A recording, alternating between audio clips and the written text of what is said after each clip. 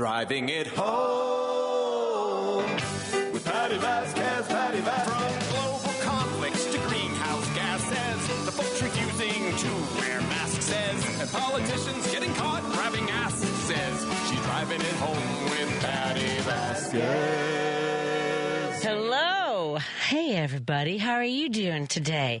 I am thrilled to welcome to the studio comedian, Emmy Award-winning Dwayne Kennedy, who will be performing tomorrow and Saturday at the Lincoln Lodge over here on Milwaukee Avenue. And he'll be on tour in 2025 with Kamau Bell starting in February with a tour date here in Chicago at the Den Theater on April 25th and 26th. Hi, Dwayne. Hey, Patty. How you doing tonight? Oh, fine and dandy. How are you? It's a challenge when it gets this cold. Man, it's cold for real. To move, yeah. Do you notice your body my fingers lock up in cold weather? Oh, they do? Yeah. I've always had a little bit of joint issues since I was a kid. Yeah. Oh man. I don't know. I think because I'm double jointed. I've never looked into that, but I'm doubled. Yeah. I'm hyper mobile. I think is what they call it. Okay. Yeah. So I'm loosely strung together. I know that's hard to believe. How can you both loosely strung and high strung? Yeah. Well, yeah, because I'm high strung. I'm not tightly wound. Right. Maybe do I seem tightly wound? Maybe that's why I'm so tightly wound. Because you're so loose. Oh, because I'm so loose. Yeah. I used to be able to put both feet behind my head. Woo! That got a lot of attention in college. I'm just saying. You know. I remember being in the laundry room showing that off, and that's not really the place you want to do that. They don't know where to put the quarters. That's right. You know what I mean? It is. It's a little distracting for folks. Yeah. I think it's one of those things where someone asked me, like people. I really think we were sitting out in the laundry room, a bunch of us just shooting it, and somebody said they were really flexible, and someone was like, it really is one of those. You know that scene from Jaws? Have you ever seen the movie Jaws? Oh yeah. Right. So they're all showing off their scars. It was a scene it was a moment like that where somebody was like, I can do the splits, and I was like, I can do the Chinese splits and the American splits. I don't know if you know the difference. American splits are front to back, and then Chinese splits are open forward. Right. Yeah. So, because I was a cheerleader and a gymnast when I was really little. But I was I was hyper. And then so it went from there. Like, can you do this? Can you do this? So I put one foot behind my head, and she was like, can you do both? And I was like, oh, let me see. I never tried. So, yeah, that's how it happened. Man. and everybody in the laundry room just got quiet? Yeah, I don't care. It's all a blur now. But yes, it was just one of those silly things. At any rate, I've always had, joint pain. I broke my ankle when I was 14. It chipped my kneecap when I was... chipped your kneecap? I was sliding into second base. Okay, I made a mistake. I will tell you, it was a calculated error, a calculation error on my part. I was a very fast sprinter, and I love stealing bases. And I thought the pitcher looked slow and overweight, and so I was like, I can outrun this girl's throw. And she threw that ball dead on into the second baseman's mitt, right here, and then my foot went into the mitt. I tried to kick the ball out, and she turned her mitt over, and I tore ligaments. That was my torn ligaments. Kneecap. So the kneecap was also sliding into second, but I played for Chicago Public High School, Lane Tech, and I went sliding into second, and they hadn't pounded the second base spike in deep enough. Hit the spike. So I slid and I hit the spike. Yeah. So I chipped my patella. Oh. I hate chipped patellas. Chipped patellas are the worst. Yeah. I opened for him once. Stone Park. Is that any relation to chip chinnery? Yeah. Yeah. All the chips. All the chips. Yeah. And a few of the patellas. Yeah. They make a nice ravioli. Yeah. Do you have any broken bones or joints where you can tell? I have a torn hamstring. Oh. I'm pretty sure that's what it is. I never had it checked out, but I was freshman year in high school, and we were doing in gym class trampoline. Oh no! See, this is the thing. Trampoline is horrible. So many people get injured on trampolines. Yes. Yeah, and so I was in the trampoline, hopping. I came down in a split, and my left hamstring, to this day, I feel it every day. Every day. Every day. It doesn't feel. Mostly, it doesn't hurt. If you would press your under your leg with your hand. It's like a tender? It's not even tender. It just sits wrong. I can feel it. Yeah, I can feel it. So you haven't felt right in over 40 years? Yeah, I haven't felt right. Yeah, I haven't felt right since they said it's a boy. But even then, then things got... You had a better baseline than you do now. Yeah, oh, man. Things got progressively worse. Yeah. The other thing about high school is that I wonder. I wrote an article about this in high school about athletes. I did it mostly about athletes getting hurt between, we're 14, 15, 16, 17 years old, getting, torn ligaments. And, I had friends that had to have, like, their rotator cuffs were off. Man. All kinds of injuries in high school. And, for what? For, none of us were going to go into the majors. Right. I mean, like... All injury and no glory. It's right. And no money. And no money. There were a couple. I will say that there were a couple of guys that, after Lane Tech, went on to play in the majors or in the pros. I know that there was one, Ishmael Maru. Was it Ishmael who went and played? There were a couple guys from Lane Tech that ended up as professional athletes. Oh, really? Yeah. Ishmael, what did Ishmael Maru, he played football. Oh, really? That would have been in the. I feel like he played professionally. Yeah. Okay. I'll have to take a look. But yeah, there were a couple guys. There was another guy, Jose. Anyway, there were a few, and I know there's one now because he wears just a cool, souped up Lane Tech jacket, like in the tunnels on his way to a game. That's very cool. On his way to a professional game? Yeah, he plays. Yeah. Oh, wow. Yeah. Okay, cool. It's kind of like a shout out to the high school. Exactly. And so, but there's only 3 guys I can think of, and I can't even remember their names. Yeah, well. They went to Lane Tech. Everybody else, I went to my high school reunion, my 20th, years ago, so like 15 years ago, whatever it's been. And one of my friends was making fun of me. He was a football player because I had written an article about this young man. I want to say he played for Simeon High School for opening seconds of a game. It wasn't against us. I think it was the opening kickoff, and he went head first into the ground and snapped his. Oh, jeez. Yeah. And so he was paralyzed for life. Yep. So. Oh, no. And so I put up a collection at our school for his family, for his recovery and things like Patty. that. And then at the beginning of the game, like, they made an announcement, and the football players said at the time, like, they appreciated it, but at the same time, they're like, come on, we're trying to play. Why do we got to worry about some other player? There's no time for compassion. No time for, they were 16, 17-year-old guys. I was talking to my friend. He wants to do a podcast called Varsity Plays Hurt. Okay. Because, like, when we were, basically what I'm talking about was, like, we would all just act as though we were immortal, and no matter how hurt you were, you showed up and played again. What was the classic, and maybe it still is, the classic statement after somebody got hurt? Walk it off. Walk it off. Walk it off in the 80s, 70s, and 80s. Yeah. Probably in the 60s and the 50s and the 40s, too. Yeah. Walk it off. That's Jim. Jim will know. Jim, when you were a kid, did they tell you to walk it off, my friend? You're out with me and Dwayne Kennedy. Oh yeah, you better believe you walk it off. In fact, he had the wind knocked out of me, and I took my helmet off. I couldn't breathe. The guy gave me a hard time. I'm like, but last time you're going to see me. That's enough of that baloney. Anyway. Wow. Anyway, I was just thinking about Trump's flea market is the White House. Think of this thing. The average person gets to buy a piece of his suit, or maybe if he wants to open up the Trump University again, maybe take a class, or steaks, or perfume, or whatever else to sell the $2 bills. Perfume, that's the new one. Yeah. Yeah, but think about the people with real money that can buy influence and buy those documents these guys stashed away, and they can the secrets. And I mean, he's got some big items to sell out of the White House. I mean, you can imagine. Yep. I mean, his son-in-law got $2 billion from the Saudis, so that's peanuts compared to what he's going to get over 4 years. Right, and don't you think? And it's opening up the back door grip for, you know what, I'd like to buy 300,000 bottles of perfume, if you know what I mean. Mm-hmm. I mean.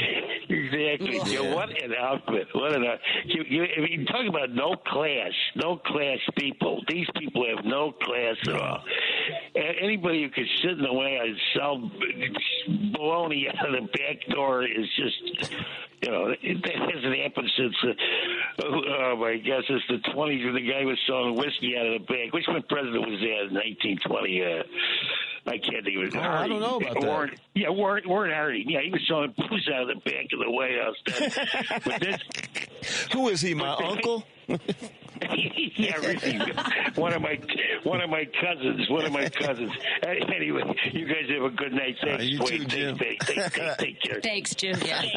I'll tell you something. Everything is for sale when it comes to the Trump administration. Everything is for sale. Everything. Did you see, like even in Texas, like this guy that wanted to demand that all the schools have a Bible in the school. And look, at Bibles are allowed in the schools. It's just that they're not enforced part of the curriculum. Right. Yeah. But they want to make the schools purchase the Trump Bibles. Right. It's ridiculous. It is ridiculous. It's crazy. By the way, so here it was 1988. On October 8th, 1988, Kenneth Jennings, then a junior at Simeon High School, suffered a broken neck in the opening kickoff of a game against Corliss. And that has stayed with me my entire life. And he said he was reborn on that day. This is an article from 2016, I believe. Oh. Yeah, isn't that wild? Yeah. Yeah, it's horrible, man. But I want folks to know he is alive, and there was an article in the Chicago Tribune a few years ago, and he says he was reborn that day, and he actually celebrates my 27th rebirthday. Was every year he celebrates the date of his accident. Left him a quadriplegic. He faced a future unable to move anything below the neck down, and the doctors only gave him 10 years to live. And now I haven't heard of his passing. So that was something that stayed with me because I thought, here's this young man, and the rest of his life is formed by recklessness in a high school sporting event. It just I couldn't process it as a kid. So I wrote this news article about how we needed to be more aware of our bodies, of what we were putting out, because we weren't invincible. But to your point about when you talked about being on a trampoline in gym class, the stuff they had us doing, climbing those ropes. Yeah, that was all ridiculous. What were we doing? No, I mean, I advocate for gym class, man, but certain things, but trampolines and that stuff is obviously dangerous. Yeah. I would like to, at some point, actually get an x-ray and see what is actually wrong with you probably should do that. Yeah, and see if I could get it somehow fixed, just so I don't... It's distracting. I would imagine. Like every day, it's distracting. I wonder if a physical therapist, I have a great physical therapist right down the street, might even be able to do an evaluation and see, like, because they can tell, like, sometimes, like, how your balance, how you stand, because it probably affects your posture and even, like, the rest of your, all your organs is, like, how you carry yourself. Well, in this last election, it had me leaning left. It is going to be. I was thinking about this today. It's going to be a really long 4 years. Woo! It's going to seem like 30 years, Patty. And it will, because you gotta what is it? Quantify in Trump years. 1 year in a Trump year is like 8 years. Because I don't want to react to every single thing he does. You can't. It'll wear you out. I know, but at the same time, like he did now he's Time Magazine Man of the Year. Yeah. He rang the opening bell at the stock exchange or whatever, right? And gave this speech about how we didn't have all these things, and I'm like, it's so untrue. He said we didn't have Russia, dude. Zelensky was begging you for assistance, for aid, in order to protect Ukraine against Russia's threats, right? And you withheld it because you wanted an investigation into Hunter Biden. And the exact thing that you are saying. People are accusing the media of not saying to him when he would make those statements. Right. Just clear. That's not true. You're wrong. These are the facts. Right. And check him every time. Well, and that's what I looked. The news outlets. I'm trying to see because he also said we didn't have inflation, which is impossible. But here's the thing: we didn't have any of these things. We were in the middle of a pandemic in which hundreds of thousands of people died needlessly. That you helped facilitate. Yeah, we had the worst. We had the worst reaction to COVID in the world. In the world. All because you chose to ignore it and pretend it didn't exist, which this is just an interesting thing. I mean, I don't know anything, but it seems like such an insight to his pathology. And I just wonder if somehow, because they said, his father was a psychopath and he raised him, if there was even guilt with him, with the very fact that there was a virus that was spreading and somehow he took it personally, like it was his own personal failing. Right. So he just chose to ignore it rather than just saying, look, this is a virus. It's bad. Right. We got to get vaccinated. No, none of that. No, I remember him saying it was going to be gone by Easter. Yeah, like a miracle. Like a miracle. It's going to be gone. You're going to be so amazed. Yeah. It's going to be incredible. Yeah. It's going to be a great thing. Yeah. Just that wishful, oh my goodness. And then it gets, Yep. By the time he left office in 2021, unemployment was at 6.4%. Under Biden, it has fallen as low as 3.4%. Amongst black workers, the lowest unemployment rate during the Trump years was 5.3 in 2019. It got as low as 5.2 under Biden. So that seems to not be quite the jump. Yeah. But I'm trying to find what the inflation was at the time, but I just don't remember. I feel like we've gotten it got to the highest it had been in decades, but that was bouncing back from, it was supply chain issues. Right. There were a lot, part of it was driven up by corporations taking massive profits. Right. That we talk about all the time. Right. And now that he's back in office to abet that. Mm-hmm. Oh, boy. But I don't know, and even Joan was talking about this during her show, all these folks that said they voted for Trump because they didn't believe that he was going to do the things he said he was going to do. So then why would you vote for a guy who lies? You're saying that he's lying. Or you're lying. Right? That's what it is. Yeah. I don't believe that they don't believe that. They just want to say that to sound. They don't sound as horrible as they are. That's a really good point. Yeah, yeah. I think so. That's what I was thinking about because it was playing on a news broadcast that I heard. I heard her talking about. I'm still basically checked out, Patty, of the news. Like I haven't watched NBC. I watched it briefly because I wanted to see the thing about Luigi Mangione. Right. Hey, you know what? Was he related? Remember Chuck Mangione? Do you remember? I have not seen anything.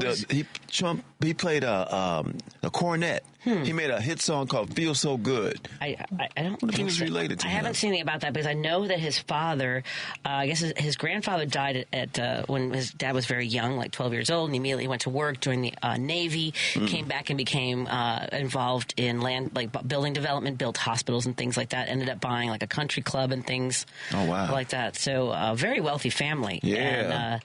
And, I had not seen the video of him being, sort of taken by law enforcement. Oh, man. What was he screaming? Do you know? It's something about lies or you're lying to the American people. Yeah, and about the healthcare industry and insurance, and I can't remember the what he said specifically, but man, he looks angry. He was in a rage. It's interesting that, when you see somebody commit an act or hear about somebody who commits an act of violence and you just see a picture or you see them calmly. But when you see that is like, oh, that is what it took for him to do what he did. Right. He's got that in him. Oh, yeah. Oh, he looks unhinged. Yeah. And they also talk a lot about this spinal disorder that he has that causes a lot of pain. So, I will say that there are people who are vulnerable emotionally, mentally when they have severe pain. Not everybody cracks, but some people do. Yeah. According to this news outlet, Luigi Mangione and Chuck Mangione, despite having the same names, there is no connection. Okay. Yeah, he's a flugelhorn player. Yeah, flugelhorn. Flugelhorn, cornet. He had a hit song called "Feel So Good." Oh, there you go. Yeah. Make it feel so good, that one? Yeah. Okay. Something like that. Sounds good. Yeah. I still have Jeffrey Owens' picture on my computer, by the way, because we were talking. Yeah. That brother's working it. Oh, somebody told me he's in the new Damon Wayans Jr. sitcom. Oh, wonderful. Yeah. Oh, yeah.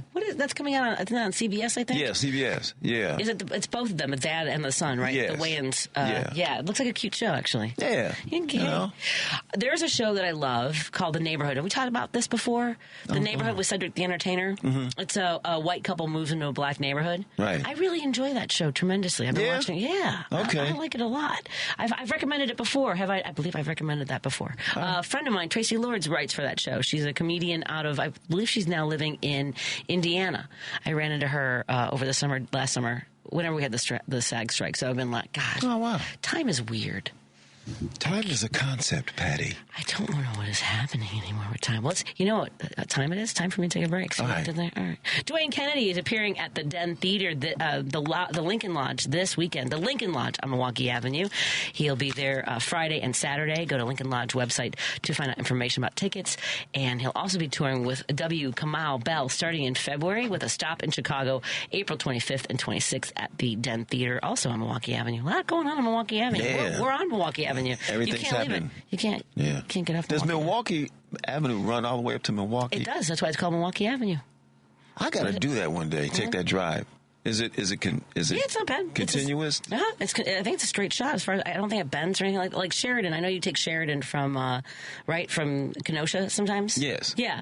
So I don't think because that kind of bends in some spots, doesn't it? Yeah. I don't think that Milwaukee Avenue does. 773-763-9278. Is it a straight shot from Chicago to Milwaukee? I believe it is. What about Green Bay Road? Does that run to Green Bay? Oh, interesting. Now, hey Steve, my husband went to school near Green Bay. We'll have to see if he took Green Bay all the way up there because he lived in Evanston, right off of Green Bay Road. Yeah. So we'll find out from text and phone call. 773-763-9278. We'll take your phone calls when we come back in just a moment on WCPT. I said it already. Heartland Signal. All right. Can't say it enough. Yeah. Heartland Signal, WCPT 820. Tom Hartman. Autocrats generally, particularly those autocrats who have narcissistic personality disorder and are sociopaths, as is, in my opinion, Trump, typically do not tolerate high-profile people around them. They want to be the star of the show, and that's certainly been the history of Donald Trump. The only people that he will tolerate around him are people who, when he says, kiss my ass, they fall to their knees. The Tom Hartman Radio Program. Weekdays 11 a.m. to 2 p.m. on WCPT 820, where facts matter. You're listening to WCPT 820, because facts matter. Patti Vasquez is taking your calls now at 773-763-9278. Driving it home with Patti Vasquez now on WCPT 820. I am quickly trying to Google whether or not Milwaukee Avenue goes all the way from Chicago to Milwaukee in a straight line. But to Milwaukee, let's see, Milwaukee Avenue. That has to be right. There are like little tidbits of trivia that are in the corners of my brain that pop up every once in a while. And I just remember a high school teacher telling us, about the longest streets in Chicago and the street with the most used car dealerships, which at the time I believe was Western Avenue. Yeah, that might still be the case. It looks like it's a straight shot. Yeah. Wow. Where does Milwaukee Avenue start and end? Des Plaines, south end is it Des Plaines and Kinsey? Oh, no, it says north end. It ends in Gurnee, Illinois. That doesn't sound right. All right, then fine. Okay. All right, we'll find out from folks. Roosevelt, you're on with me and comedian Dwayne Kennedy. What's on your mind, my friend? Patty and Dwayne. Hey. Bonjour. Bonjour. Je sais quoi. I wanted to man. You are getting all fancy on I me. don't know any French. Qu'est-ce que c'est, mon chéri? Okay, guys. I'm calling. I'm calling because I don't think this is ever brought up on your show. Why is it that all these multi-billionaires, and to be more specific, the richest man in the world, flock and go to the United States when everybody that's basically a Republican says they always say without rich people there wouldn't be any jobs. So why do they flock to pay such heavy taxes? Because all the rich guys, all the billionaires say that they pay so many taxes. So why would they go to a country that they're gonna pay taxes? Because it's not true. Right. That's what I was going to say. Because they can put their money in offshore accounts. There's actually which state is it? Was it Wyoming that has like the loosest tax or financial disclosures for rich people to put their money there? I remember there being something about that being a location for a lot of these big corporations to just sit their money and just Yeah, but guys, I often wonder that, especially now that he basically got him in. What I'm talking about, Elon Musk, because he have meetings or at least talks on the phone with Putin. So they cooked up this scheme of convincing our young people that the situation was bad as far as the economy, as far as their future. And basically that's what helped them, because I don't know if you guys can verify this. For the first time, young people didn't vote for Democrats, and they usually vote for Democrats because in the universities they're more liberal, so-called. Mm-hmm. But so they cooked up this, and I firmly believe that, unless you guys have other information that contradicts it. But I think between Putin helped them the first time, and Putin helped them again. But with the aid of Elon Musk, because they cooked up, in my opinion, cooked up this plan of convincing young people and convincing other people that they were voting against their own interests. And to be more specific, Jonas Pesita brought up something very interesting, which I believe is true. They convinced Latinos, to be more specific than that, Mexican Americans that are here with papers, to vote against against their own people, because they're scared that they were going to lose their jobs. And the fear factor came into play, in my opinion. So it always works with the Republicans. Go ahead. Don't you think not just Mexicans with that are undocumented, but from what I heard from a friend of mine who runs his own company, he has a business with franchise outlets. He said that there was a lot of resentment at his work locations between the Mexican immigrants and folks that are coming here with refugee status, whether it's from Venezuela, because they're processed differently and what sounds like more quickly. And then once they would get their paperwork squared away, they would just quit. Whereas Mexican immigrants would put in the time, the work, and keep showing up. And I'm painting that with a broad brush based on what my friend who owns this company has told me. And I was a little bit surprised because his mother was like a lifelong Democrat, and he was kind of pushing back on all the stuff that we talked about for years. I was at his mother's funeral, and I just made the assumption that we were still on the same page politically, and we are not.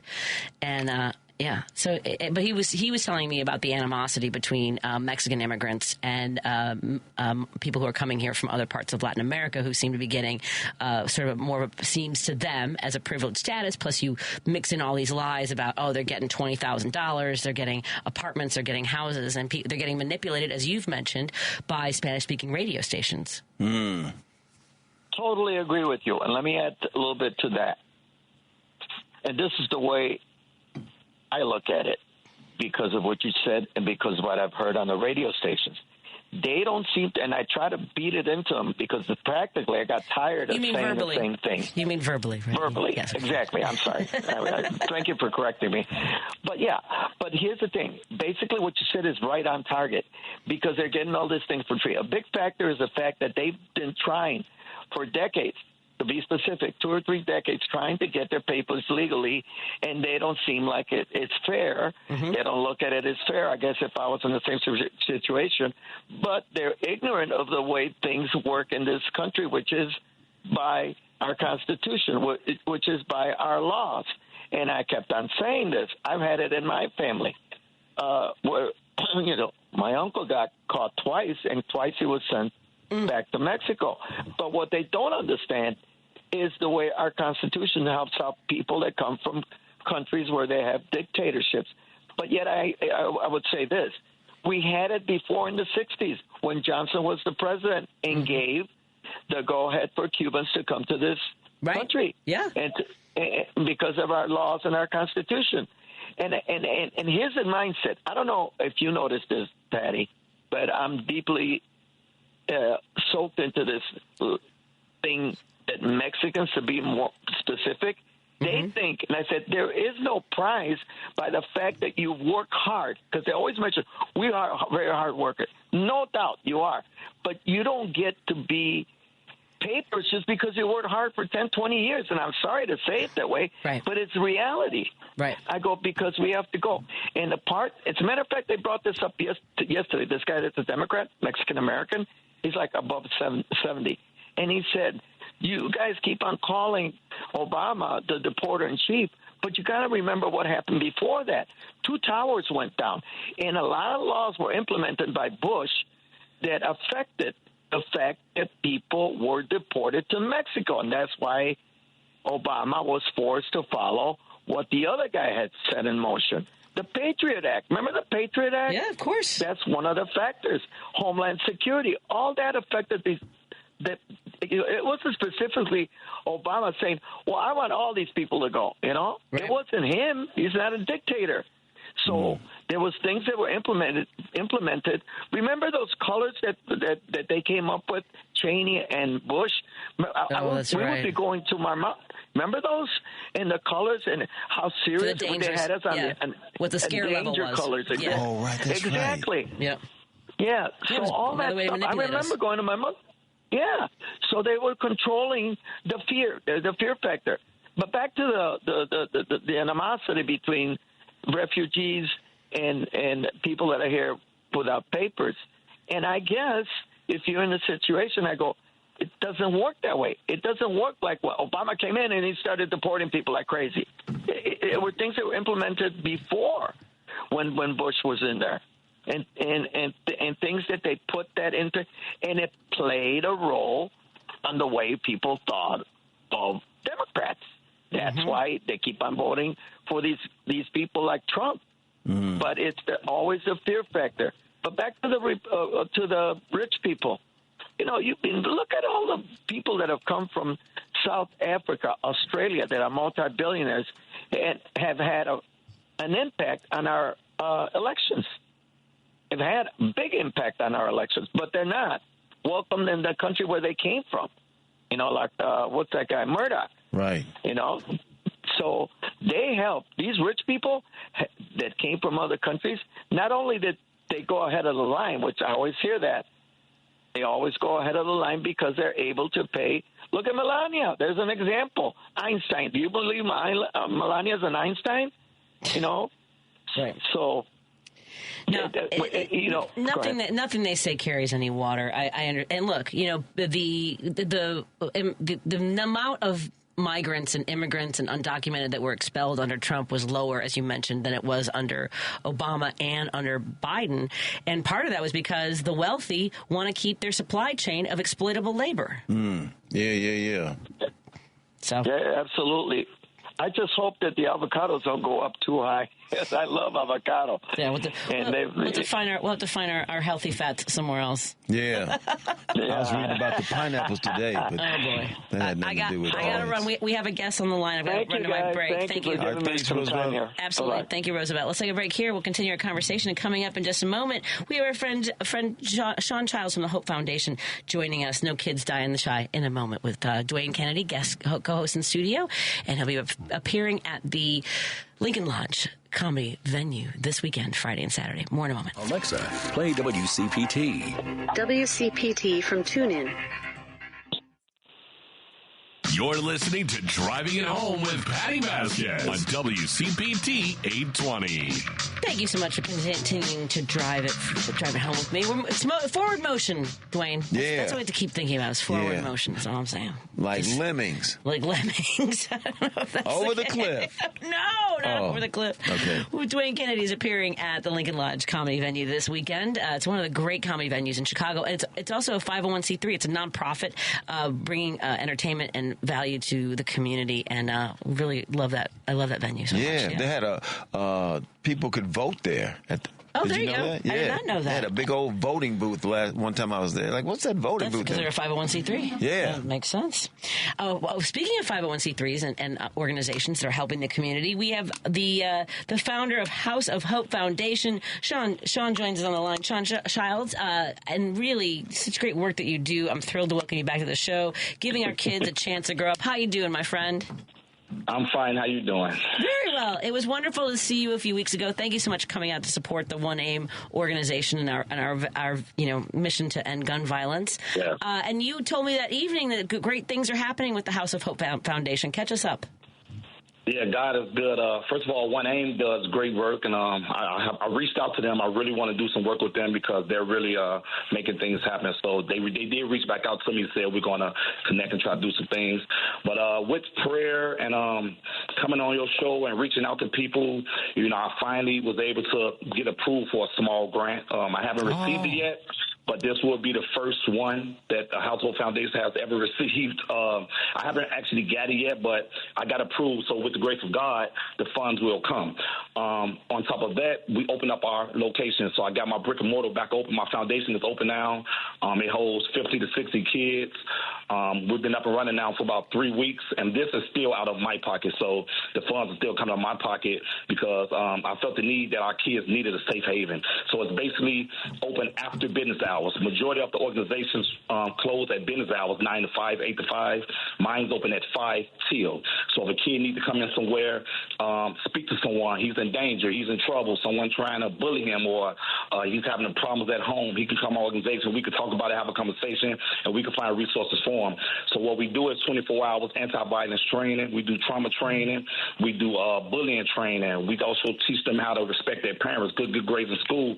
We also have classes where it's that if a kid want to get out of a gang, or if a kid feel like he's been pressured in the gang, if a kid feel like, you know, the criminals is trying to make him sell drugs or anything like that, we show the kid how to get out of that thing. So that's what we've been doing now. So with the blessing of God, my foundation is open. It's on 3908 West Division in Humboldt Park. We're open 7 days a week. And it's a wraparound program where that if any youth going through something and they need our help, we're there. And when it comes to a lot of the training that you're talking about, whether it's gang intervention, you know, somebody who's feeling pressured to join, or bullying, what kind of folks are you working with, or is this something that you've gotten the training to, sort of guide kids? Because bullying is something that really shapes people, and it can go either way. And the kids that bully, I mean, they're still kids. It's coming from somewhere, whether it's stress at home or school, and they lash out. So tell us a little about those programs. And then what we have to understand, when we hear the word bullying, we think about bullying on TV. The kid push a kid, he start crying. Bullying, that's not bullying these days. Now the bullying is this kid threaten this kid on social media, and this kid come back with a gun. So that's the bullying I'm talking about. Yep. I'm talking about the serious bullying where the kid in 7th grade is being tortured so bad that he want to commit suicide. The kid that's being messed with so bad that now he's bringing a knife. I have a young man now that almost stabbed a young man 2 weeks ago because they was bullying him so bad in school, wasn't doing nothing about it. The kid brought a knife to school, and when he brought the knife to school, the kids tried to bully him. He's about to stab him. The problem is, once they got both the kids together, they called DCFS on the kid with the knife. So I had to come in and intervene and say, look, this kid been crying out for help for the last 3 months, and nothing has been done. Now he's trying to protect himself, and you guys want to call DCFS on him. The same thing that happened in our communities. It's almost the same in our community, where the young man is going through so much bullying and pressure, then he get a firearm to protect himself, and then when he get called, what happens? Now he go to jail for 10, 15 years. So it's just a lot. But what I do is I'm connected to other professionals that works with trauma training. I'm connected to other organizations where I can reach out and say, this kid needs mental psych help, or he needs trauma training help. Don't get me wrong, I have a lot of knowledge in what I do, but I'm not going to say that I have knowledge in every area. The good thing is I'm connected to all the other organizations that if I reach out to them, they're right there. I can send them to them, or they'll come to me. So I have a lot of avenues. By me doing this work for so long, people love to connect with me. They say anything I need as far as when it comes to these kids, they're willing to do it. Because like I told you before, the age gap for helping kids now is 17 and under. We just lost 10 kids within the last 6 days that was 15 under. 15 under been shot dead. And we're not even making a fuss about that. Within the last 30 days, 4 kids, 15 has been killed because of the war on the south side of Chicago. And it's like we're not even making a fuss about that. And that's what we need to be worried about. The next generation. That's what I'm focused on, because the next generation is the ones that's going to rule this world. And it's like we're not making a fuss on it, but that's the work I do. You mentioned a lot of these instances happening in schools. This happens in a lot of communities. And I will say, as a kid that was bullied, again, not to the extent that you're talking about, but I was chased home, beaten up, held down, force-fed garbage and things like that. Your typical stuff. But even like, so from that happening in 1980, 81 to when my older son went to school, in both instances, I went to school, one of the kids tried choking my son, right, on the stairwells and would throw things. And the reaction from the teachers, both times, both in 1981 and then about 10, 12 years ago, was, well, it didn't happen during school hours, or we didn't see it. And it is like, how, I don't know what that resistance is from CPS getting folks in that can, again, be, crisis moderators and things like that for these kids. Have you talked to people? Yeah, go ahead. Yes, because not to cut you off, but the problem is, this is the problem, and I hate to say it. CPS, a lot of CPS schools now is going off a rating, a 1 through 10 rating. So if they report crimes and incidents, it knocks their ratings down. I'm dealing with a school right now that a kid got caught with a blunt in school. One kid brought liquor to school. They didn't report it. They didn't want to call the parents. They didn't want to call the police or the parents. And we're saying, why wouldn't you report this? Because if they report it, it knocks their rating down. So a lot of these schools they're rated number 1 because nothing is being reported. So it seems like the school is doing great, but they're not because there's not reporting things. And then when the kid up getting hurt or a kid gets shot at school or a kid bring a gun to school, now it's a big fuss. But we've been trying to, go to the principal, go to the deans and contact CPS about these schools for so long, and nothing's being done about it. I'm trying my best to be able to get my organization and other great organizations inside these schools so we can work with these young men, so we can work with these 7th graders, these 6th graders, and we can get them up to speed at 5th grade to let them know that you don't have to do this. You don't have to be a gangbanger. You don't have to try to mess with pills or perks or weed because nobody is educating them on that. There's no prayer in school, and there's nobody in school to show these kids that if you do this, you will die. If you do this, it will go wrong. No, they're not doing this. Like everybody want to keep it secret, almost like history. But they just want to hide it because I guess it's too much, and I feel like that's what's hurting our kids. Not just the school, but that's part of it. And I know you've had some frustrations with our current mayor. Had you early on during Mayor Johnson's administration been able to connect with him and have some of these conversations, or at any point since then? No. I reached out to his assistant a few times, and he reached out to me. I mean, like I told you before, the mayor, he has so much on his plate. I mean, I like what he's doing as far as the wraparound programs for our youth. He got a year-round programs giving youth jobs and things like that. I just wish that, my opinion, the mayor would take more ideas from boots on the ground people that's on the ground, people that taste this life and experience this life and know what's going on and listen to what we're saying and just take some advice and say, you know what, I understand, I get it, and just implement some of the things that we're saying because we are there.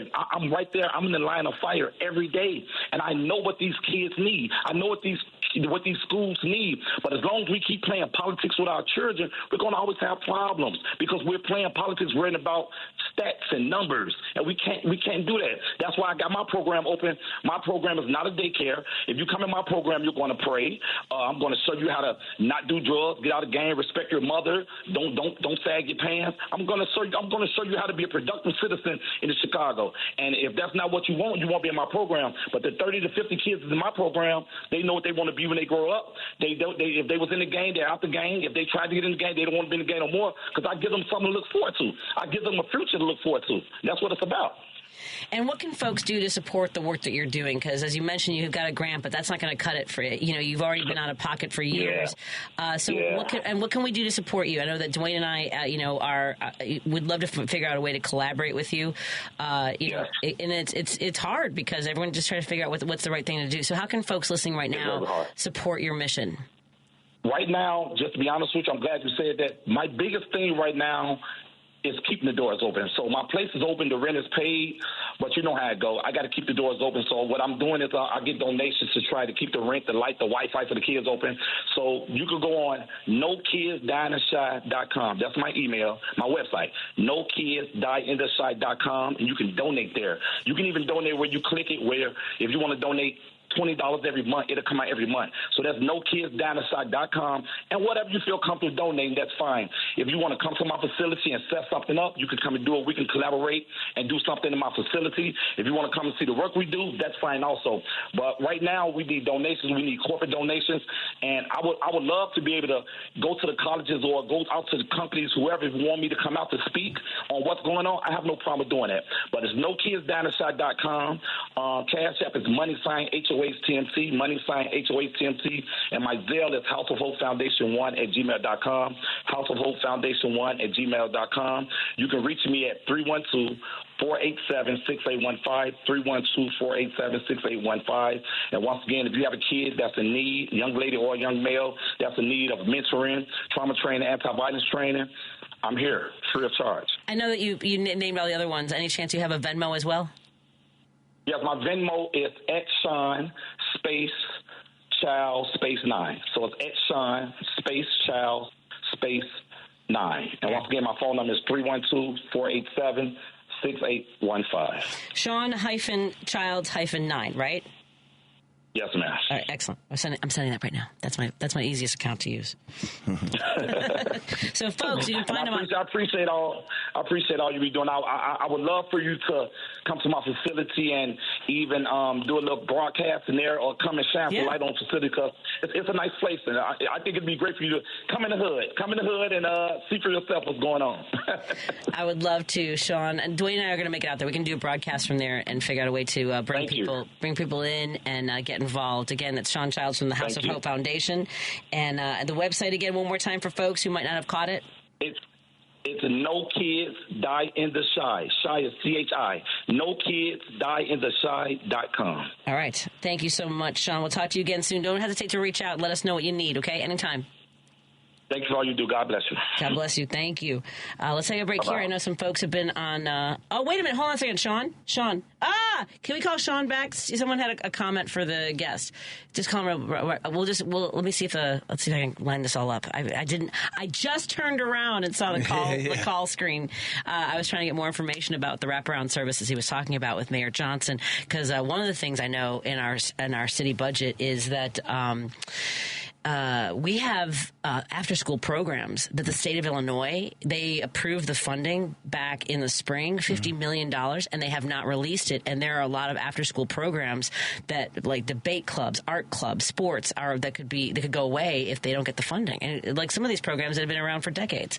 So I'm really and they know there are studies that show that if kids are involved in something productive, or even just being around some mentors, that they're less likely to get involved in violence or in illegal activity. Right. So I've been working on that for a few weeks, trying to figure out and asking I reached out to a few legislators and they're like, oh yeah, it didn't come up in the veto session. I'm like, I'm not okay.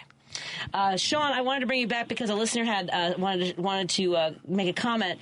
Steve in Chicago wanted to join you, Sean. Thank you for calling back, Sean. Steve, what's on your mind, my friend? Well, I just got to say, Sean, I'm sure you do a lot of great work, but if you're forcing the kids to pray, you do not deserve any money from the city. No. I don't think he was saying he wanted to force them to pray. I think it's an element of it. I want to force them to pray. No. Well, all I heard was you said if they're going to be here, they're going to pray. That sounds cool. No, he said. What I heard was they don't pray in schools. It was sort of a separate. Oh, I'm sorry, Sean. I didn't mean to bring you back for this. I'm sorry. I'm sorry, Steve. When he was listing what happens in his program, he said if they come to my program, they're going to pray. Yeah, but you have an option to pray. I mean, come on now. Now you have you can't make a kid pray. That's not what you said. That's not what you said. And if you're leading prayer, you should not be getting city money. If you want to go to your church and get your church to give you money, great. But don't use my tax money to coerce children into praying. Fair enough. Thank you, Steve. Thank you so much. God bless you. God bless you. I heard the first part. Maybe I didn't catch it the second time you mentioned, Sean, that you said that they don't pray in the schools, and that might be an element of city money being withheld or involvement in programs in the schools, because if there's an element of that, then they don't necessarily work with groups that have a religious or prayer part of it. So maybe that's what he was hearing. Yeah, and I think it is. Yeah. So I don't know. I didn't mean to bring it back for a tongue lashing. No, that's fine. I believe in God. I believe in God. There's no secret. I believe in God. I believe in Jesus. If a kid is a young kid, they have the right to make their own mind up. They make their own mind. So if a kid, they need help, we help them. If they don't want to pray, they don't pray. We would never force a kid to pray. That's a kid. I mean, come on now. But our job is to try to save a kid's life, help them the best way possible. That's what we do. So he just took that totally wrong way. And the work that you do is driven by your vision. So that shapes a lot of things. So it was just, like I said, it was something that Steve heard, and I appreciate both what he said and in context, and also the work that you're doing. So I think that we can put it that way. No problem. Yeah, thank you, Sean. No problem. Thank you, Steve. All right, let me take a break here. I didn't mean for him to call back and get right. Hold on a second. I love you, Steve. I'll talk to you again soon. Let me take a break here. You know what? Let's just finish the calls and then otherwise it's a weird break. Victor's calling from Salem, Oregon. How you doing, Victor? What's on your mind? That's great. Sean is doing great work. He's an upstanding man, and he's reaching kids that are not even in school, that are practically unreachable. So if prayer is going to help, I think that's a great thing.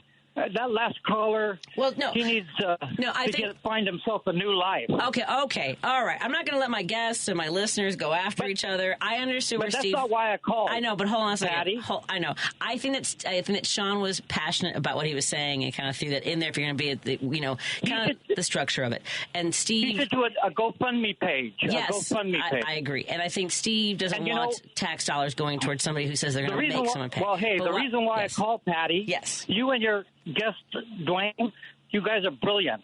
Oh, and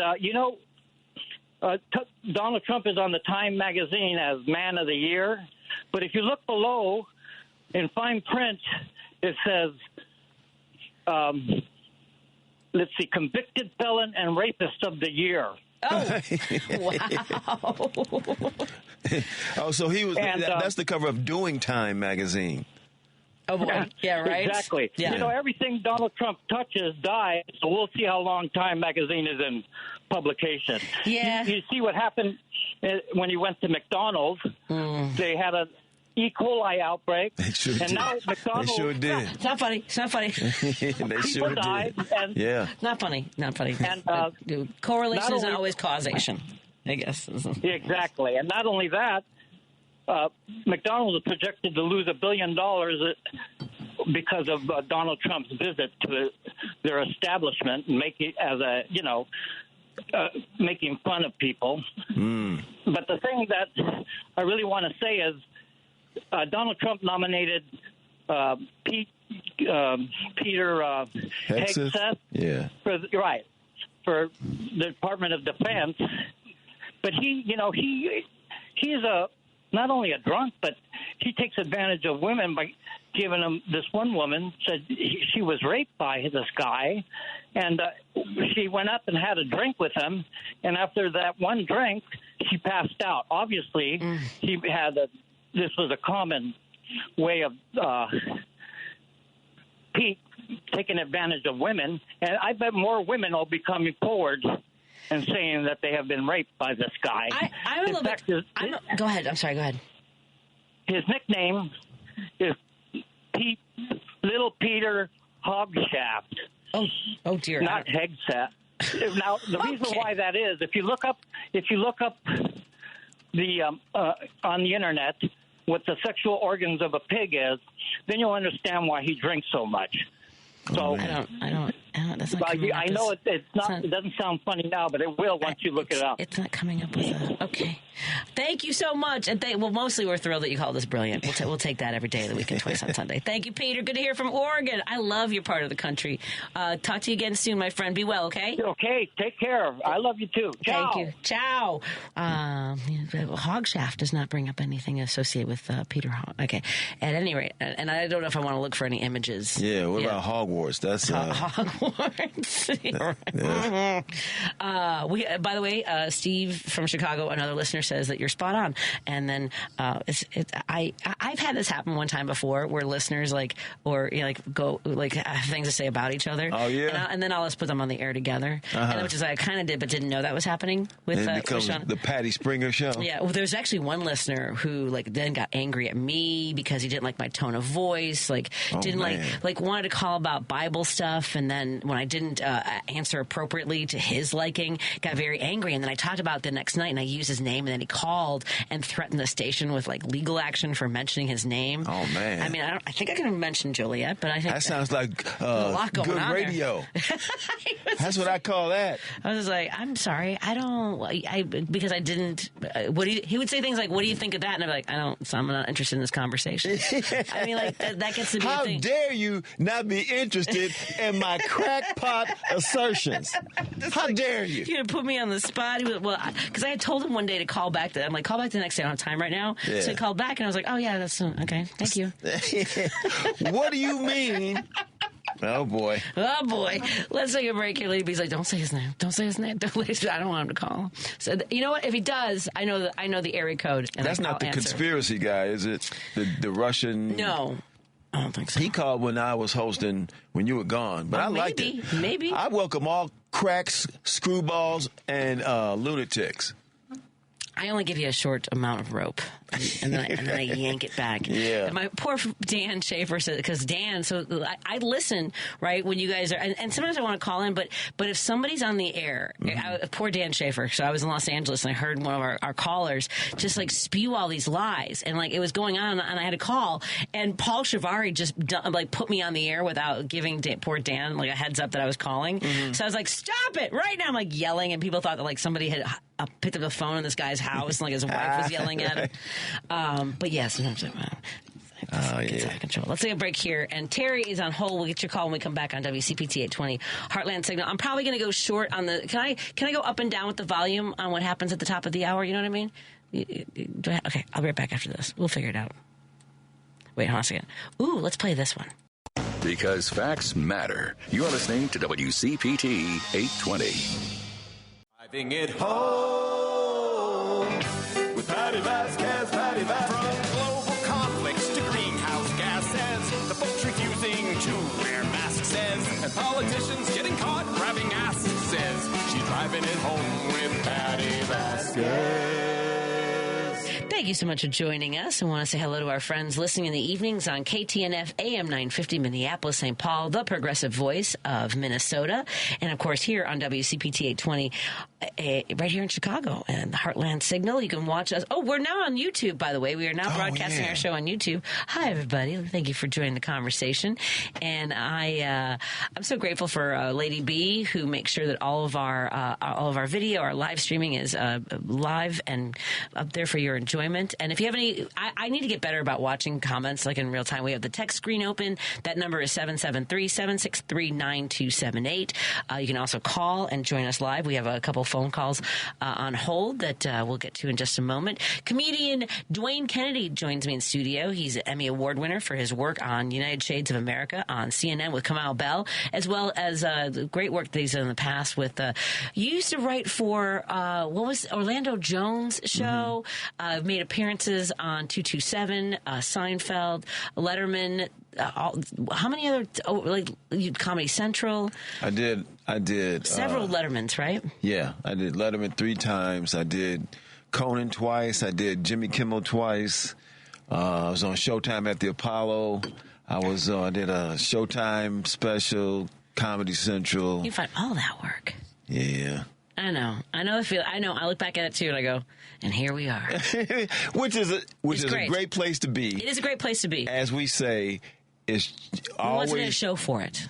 Well, yes. I mean, and not the work in itself is rewarding, but also money would be cool. It would be very nice. Yes. I did a show at Babs. You know this new venue? I just heard about it. Fantastic. That's what I just heard. Forest Park. Oh, my God. Owned by a Babs. woman. Yeah, owned by a woman. Her name is Emily Rodriguez. She's a former ballet dancer. Yeah, if you go to her Facebook page, and she's an improv performer. She's fantastic. Oh, and, man. make sure I have her name right. I know her last name is Rodriguez. She's.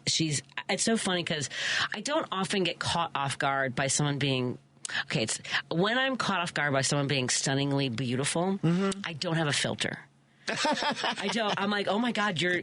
I was like, you are adorable. Like, I met Elizabeth Shannon. Is that her name? Shannon Elizabeth, who played the in American Pie. She played like the foreign exchange student. Did you ever see? I did not. But I've heard of her. Oh my God! So I had lunch with her one time. We were meeting with her about a project we were working on. Right. Okay. And was this Patty Happens or a different project? I was creating a project for someone like her. It was about these two friends who end up owning a bridal a wedding chapel in Vegas. Oh, and that sounds pretty cool. Yeah, and one of the versions was they basically win it through a poker game. She's a poker player, so we thought it'd be kind of fun to like take something that she already does and like create this world around her. Yeah. So anyway, we were sitting at a restaurant and we talked to her for like 2 hours. She's extraordinary. Have I ever shown you this? I have a video of. So I had to sit on my hands because all I wanted to do during the entire meal was pet her face. She was. I mean. just this, like skin, like just porcelain. I'm like, how, what? I couldn't. So I did. I had to sit on my hands the whole time. And then I told this story on the air when I was at WGN. Actor named Mark Valley. He's been on like Boston Legal and a bunch of other shows, right? Okay. And I told him that story, and he said you should totally do a series of videos where you ask celebrities if you can pet their face and call it Celebrity Petting Zoo. Oh, that's a good one. So I did. So I it was fun, and I did him, John Seda, Gilbert Godfrey, like a bunch of folks, right? And people. So you did do that. I did do it, and people agreed to that. And people like, until the one that didn't, and that was kind of what I was like. Okay, I'm gonna probably stop doing this. And it was John Lovitz. I was in a green room with him at WGN Television, and I told him about the bit, and he goes, I don't think I'm gonna say yes. And he was kind of like, it was just the tone of it, like. You know, and not that that's why you ask, right? Right. I wasn't just going up and like stroking people's faces, right? But he was so disdainful about it that I was like, it made you feel bad about the whole thing. Yeah, and then not only that, he and then we were talking for a while till it happened. Like you and I'm sure we told people about what we've done, and then they're like, why aren't you more famous? Like even he did that. Like he was like, well, why didn't you move to Los Angeles? And I said, I have a child with a severe disability, and we have support here, and my family's here. And he goes, oh, now I feel bad about the video thing. And I'm like, no, that's not why I told you that. Like it was just, it spiraled. Oh. But the good news was that I was able to end the series because I was cast in a very small role in a movie called Marshall the Miracle Dog, starring Shannon Elizabeth. Oh, wow. So I told her this story. She loved it. And so I got to end it with, I asked her if I can pet her face, and she's like standing there, and I pet her face, and she takes me and like throws me down. So that was the end. I thought it was a nice way to not have to ask that question anymore. Okay. You know what I mean? Oh, I didn't know that, Patty. Yeah. It was kind of fun. Pet facing, face petting Vasquez. But so the woman who runs Babs is dazzlingly beautiful, and so I just was like, made you want to bring back the series. Well, yes, and but I was just like, I just couldn't help myself. Oh wow, she's stunning. Yes. Okay, I didn't know that, but I just heard about that club this past Tuesday. Love it, yeah. Yeah, and also, you know about the Comedyplex? Yes, I do. In Oak Park, yes. Yeah, and Let's go work together. Can I open for you there? When they book you, say I want Patty to open for me. Sure. Let's do that. Yeah, okay. I had heard good things about this club that hasn't even been open a year yet. And Mars Timms and his wife who own it, and I heard about them. They were the show. I did a show Tuesday at the Funnies on Friendly in Berwyn. Okay. And they were there. Oh, okay. Yeah, so we spoke, and he said he'd book me. You know how that goes. But, haven't you ever had this? No, Dwayne, here's the thing. What? You know that you're like this mythical human being in the comedy circles. Like that, I'm sure whatever yes, reach out to them. I texted him, and I'm waiting to get, Then if that happened. It was Emily Ramirez, by the way. It's Emily Ramirez is the proprietor of Babs Comedy Club in Forest Park. It's fantastic. Oh, wow. Latina ballerina. I mean... See, this is why your mind is fantastic. So it is called Babs, and she's great. And there's improv comedy, there's stand-up comedy. I told her I wanted to work on a project where I do like a mom show. You got to bring her into the... Yes, I told her that. Yes, absolutely. Or I can broadcast from there. Boom. I'm just saying. There you go. Okay, so let me get to our callers because Terry's been on hold for a while. For those of you joining our conversation, we've been talking about a lot of different topics, including immigration. Roosevelt called earlier and talked about how Latinos were manipulated against each other. There's sort of this, resentment sometimes between communities. We're not a monolithic group, by the way. I mean, like anybody else. And Terry in Chicago wanted to join the conversation. Terry, thank you so much for being patient and holding on the line. How are you doing tonight? How you guys doing? I'm fine. It took me a long time to get this number to call you guys. So I'm glad I finally got through. Thank you. We're glad to. Yes. Real quickly, I was wondering, because I hear a lot of people wondering why did Trump win the election and what could we do anything differently. I think the election was lost about 2 years ago, actually. So I don't think no one could stop Trump as 2 years ago, because most people that I'm around, well, no matter what state is that I go, the first thing everybody would complain about was immigration. Yep. Right? The first thing with immigration was because normally as Americans, we never really think things. We heard about immigration, but we never think the guys coming across the borders, getting the money, getting the houses. we only assume. We never think it, right? But over the past few years, we were able to see it in live, in front of me in live as it's transpiring, you know? So we have, like, family members who worked at the grocery stores or either at the city of Chicago, and we had everybody was catering to, and immigration is not considered like the guys who really angry with it. It's not like the average immigration. They say, like, oh, they come from Mexico. They really wasn't upset with those guys. But the ones they was upset with is like the Venezuelans, right? Because we think it. We think them get the free housing. We think them get the free SNAP. And if you're like, oh, you didn't see it. It's just somebody that manipulated. No, actually, guys were screenshotting the receipts of guys leaving the grocery stores. That's how people sink the money. And on top of that, the guys who had like 200-300 buildings and everything, they was trying to get their buildings vacant because the city was paying 6 months of rent up front for them to have a temporary permanent housing. And to your point, so this wasn't something someone. Yeah, and to your point, so one of the things that has stuck in my craw for a long time, and this is some research that I had done for my day job. So here, to give everybody an example of what our listener Terry is sharing with us here, there was one location in Chicago, right? It was the former High Ridge Y up in Rogers Park, I believe. There was $7.2 million paid to staff a migrant shelter in 1 month. Mm-hmm. Whoa! In 1 month. Oh man! And so you had people like they were billing. They would do these invoices. There wasn't any sort of accountability for it.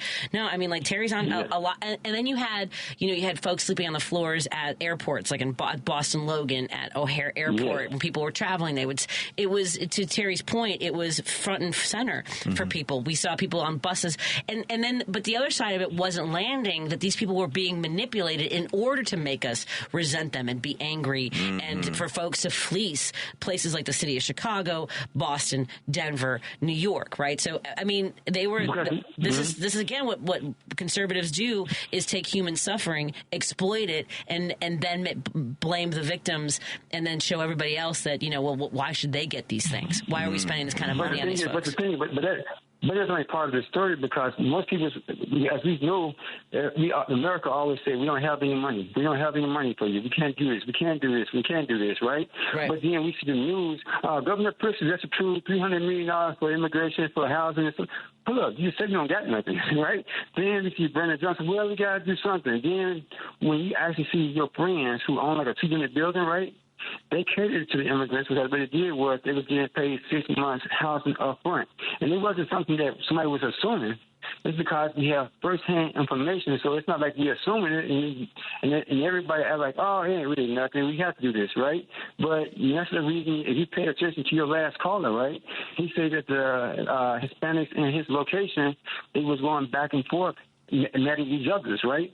Because mostly everybody came together and came to the conclusion as, man, they're getting everything and we ain't getting nothing, right? Well, so long story short is, it's just based on what everybody was seeing, right? Yes. Like, if you went down Chicago Avenue, say about during the summertime, you couldn't get down Chicago Avenue because all the Venezuelans, and this in my opinion, you asking your callers there to the same story, they are out there, the streets is blocked. You can't even get down there, right? How does somebody I don't know about the streets are blocked. I mean, you mean folks like selling stuff at the intersections, or no.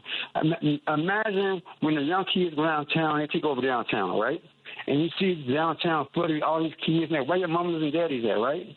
It was situations similar to that we actually see it, because it's in our neighborhood. So it's not something that we saying, oh, we just didn't see it. The news didn't report it because actually it wasn't a big man blown up that much, because, people started complaining about it, so they didn't really blow it up that much. But we actually witnessed and seen it, right? So that is the one point as far as immigration. And the second thing I'm going to tell you real quickly is because, Kamala Harris, a lot of people, most people in America really didn't like Trump, right? But what they voted against was they didn't like how they seen everything else playing out in front of them, and people say we didn't have anything. So a lot of people just think about it. I think the last election we had like 160 million people voted, right? This election it was like 140-something million. Most people I know, they say, well, we don't like him But when he talks about immigration, for instance, right, Kamala Harris always said we had a bill, right? When he used the word bill, the average person who doesn't know anything about news or anything, they don't know what a bill means. Yeah, right? they don't care. They don't care that there was a bill. Right. Yeah. What a bill is, right? So, but Trump said, oh, mass deportation. Now, everybody around the city like, oh, yeah, we need to get them out of here, right? So they saying mass deportation versus bill. The average person don't know what a bill is or what's in the bill. So she was probably made something a little bit clearer. She probably had a little better chance, but nobody never identified the difference between what Trump was saying versus what they were saying. And as long as the American people right now feel the same way they feel about immigration and they don't change their mind, no matter who runs for the election 4 years from now, they still will lose just on that one issue. Terry, let me ask you this. Let me ask you this. I'm sorry, I didn't mean to interrupt you, but let me ask you this. Yes, what if we, if policy was that we go after the people that are exploiting cheap labor, because the people that benefit the most, and here's the thing, we actually all benefit from, unfortunately, from the exploitation of low-paid migrant workers. What if we went after the corporations and the wealthy that benefit the most and exploit them the most? Like, do you remember during COVID that at the Tyson meat packing plant, they were taking bets as to which workers were going to get COVID? And we're going to die. Over 1,000 died. Yeah, and they were giving them $500 bonuses, basically bribing them to keep showing up to work sick. So what if we went into companies like, do you think that would resonate with labor, with communities? It wouldn't to go to corporations? Most people right now. Most people right now, you ever talk to your callers on the phone, right?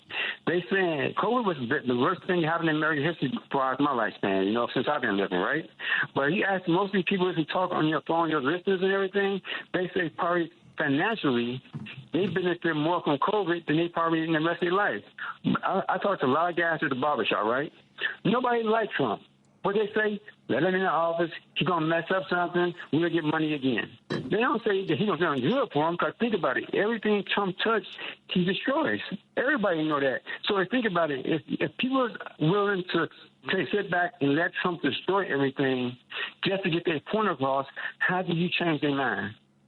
Because they're like, well, I know everything he is, I know already, but this way, I'm not going to vote for him, I'm going to stay at home. And the other guys said, well, I'm going to show them, I'm going to prove to them that they just can't tell me what they want to tell me, I'm going to vote for Trump.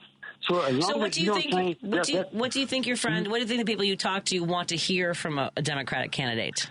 All right, the first one thing everybody says, no matter where you go in the city of Chicago, you got to get the immigrants back. No, if you ask anybody in the city of Chicago right now, I'm just to say Chicago, so I'm living in Chicago, right?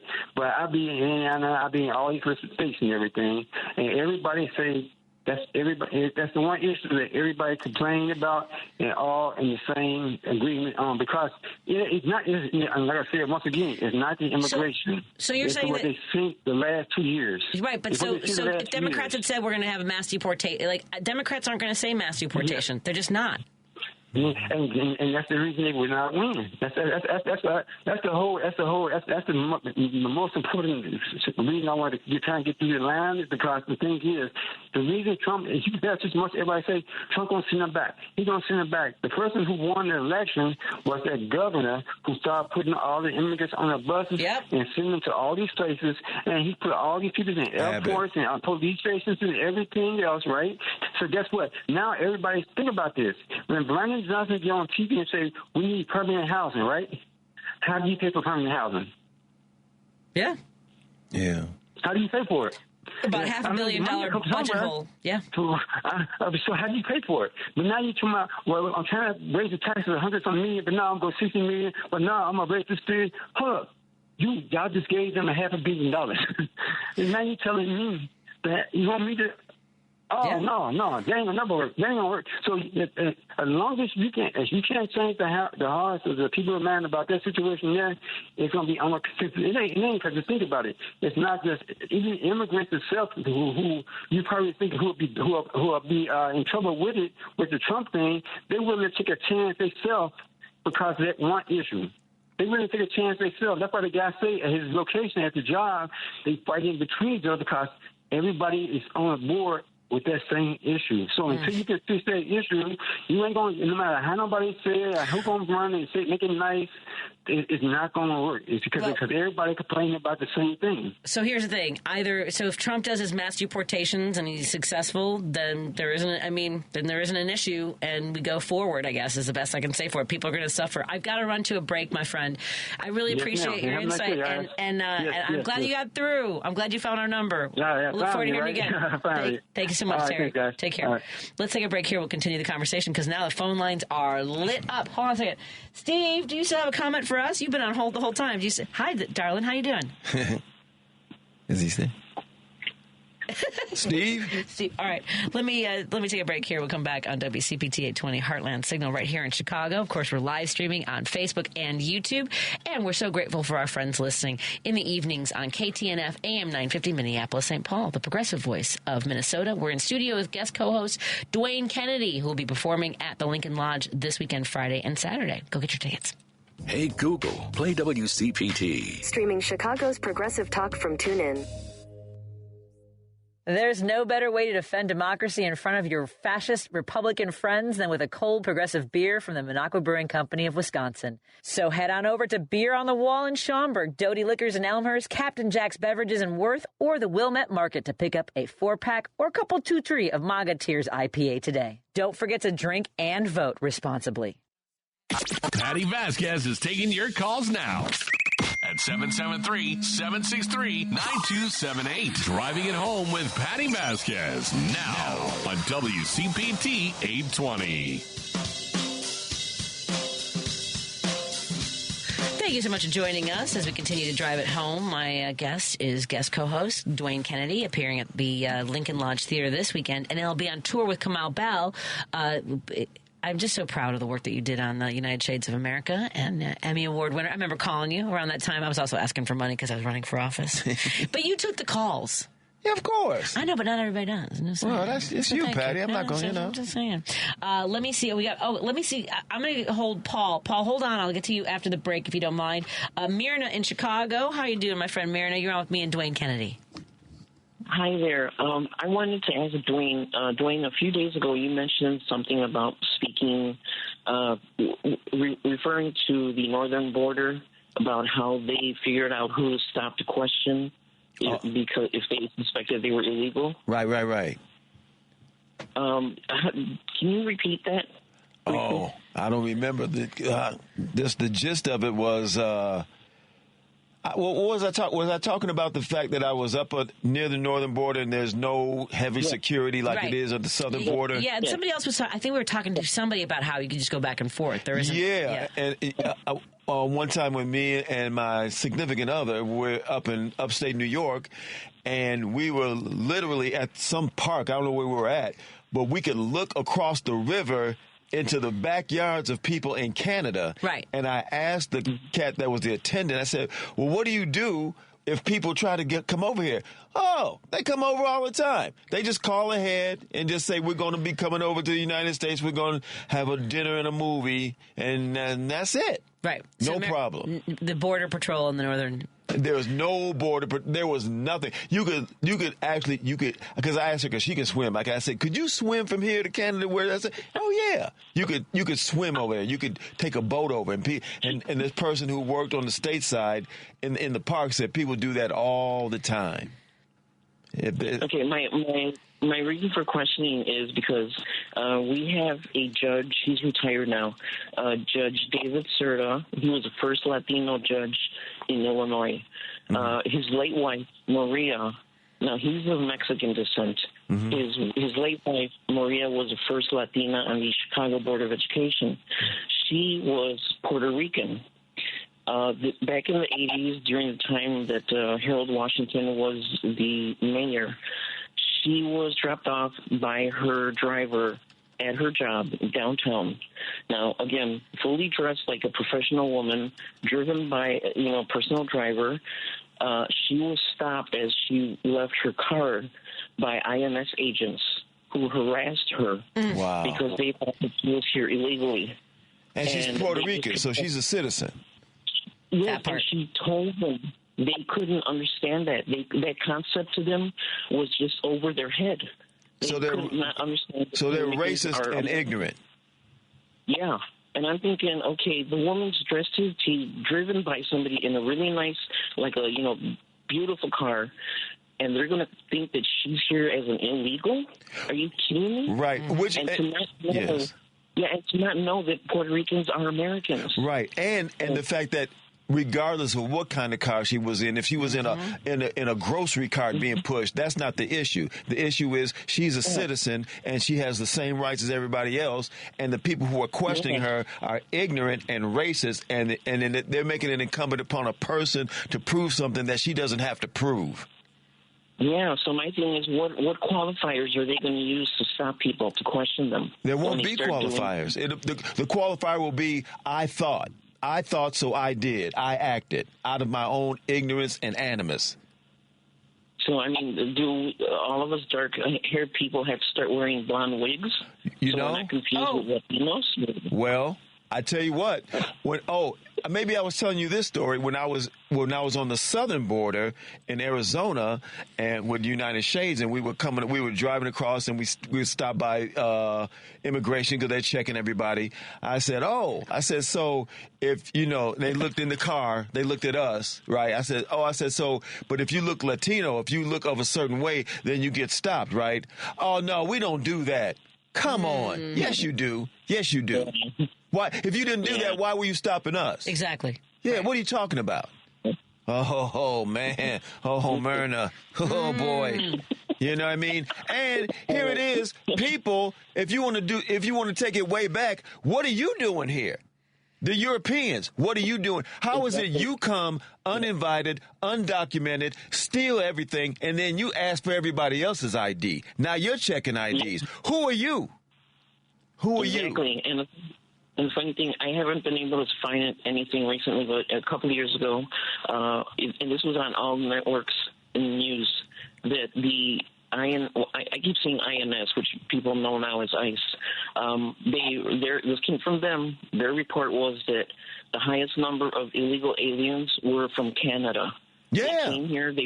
Their expired visas. They never went back home. Yeah, I knew some cats from there.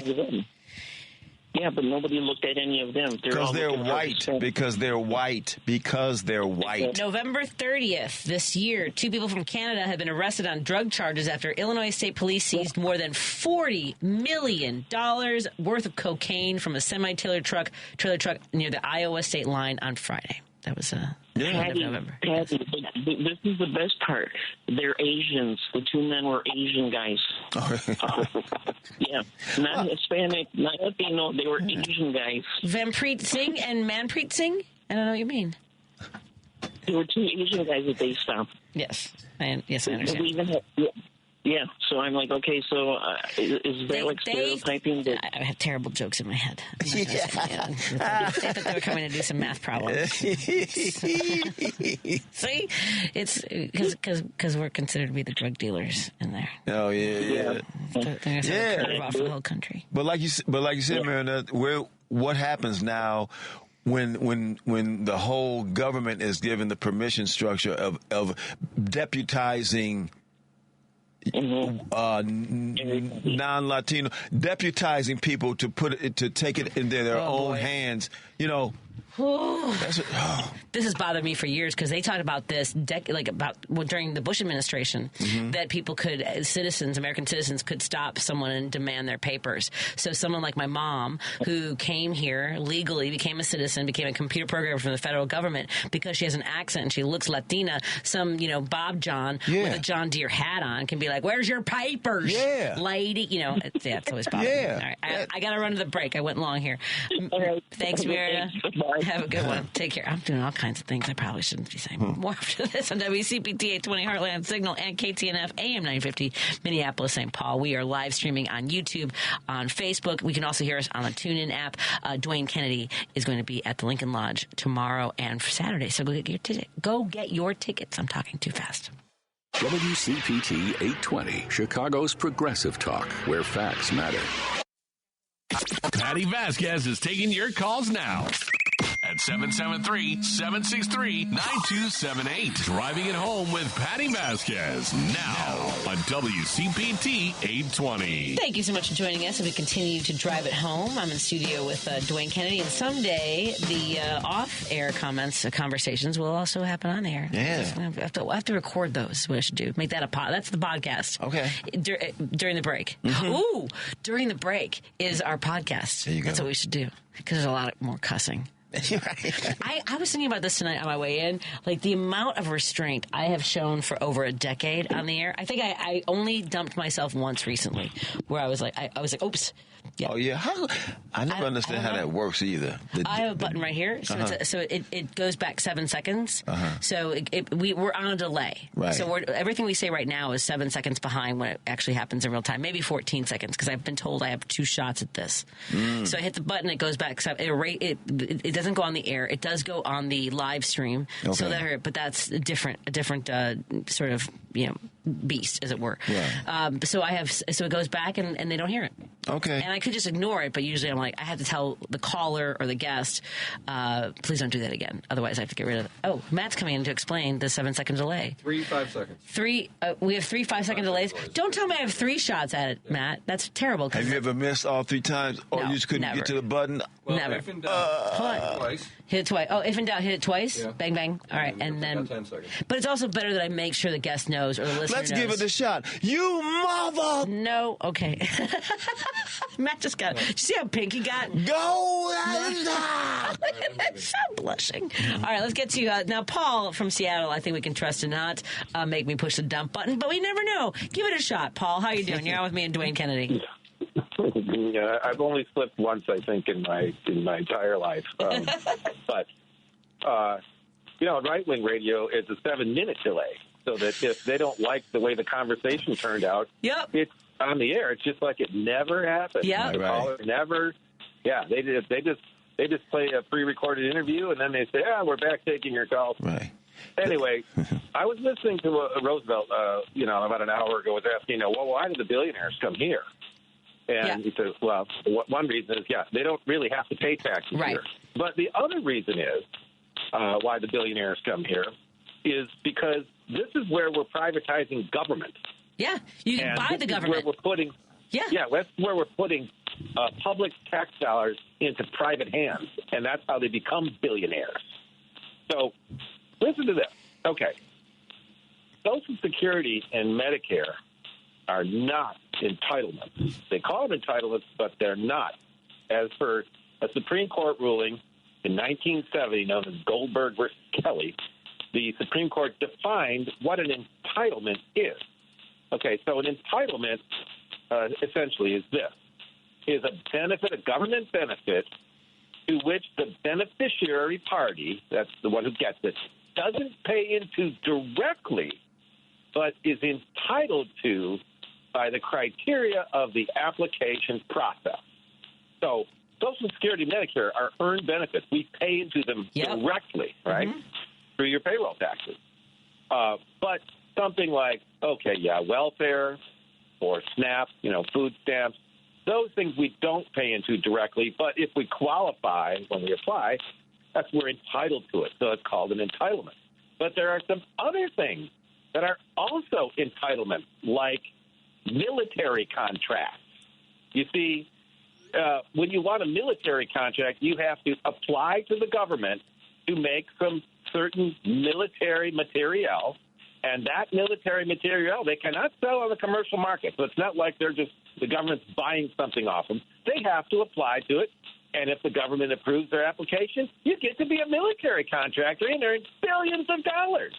Now, guess who else are entitlements? Are Medicare Advantage providers.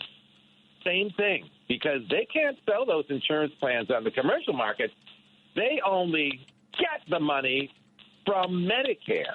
So, in other words, the money that you and I get from Medicare is not an entitlement. But the money that the Medicare Advantage provider gets from Medicare is an entitlement. And so the billionaires are the biggest entitlement, gluttony, greedy slobs. That's how they get to the, and that's the whole thing now is privatize the government and use the power of revenue, of taxation, to raise revenue, to put that in private hands. And by the way, charter schools are the same thing. You raise public tax dollars, and you give it to private, put it in private hands. That's how the billionaires get rich, and that's why they come here. Can I ask a question?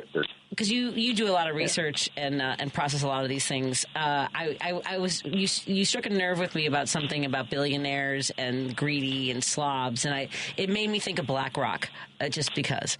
And BlackRock, so I immediately Googled them, and they have purchased like $500 million in ETFs from others. So there's a lot of ETF movement going. BlackRock, Fidelity, collecting up a lot of all these.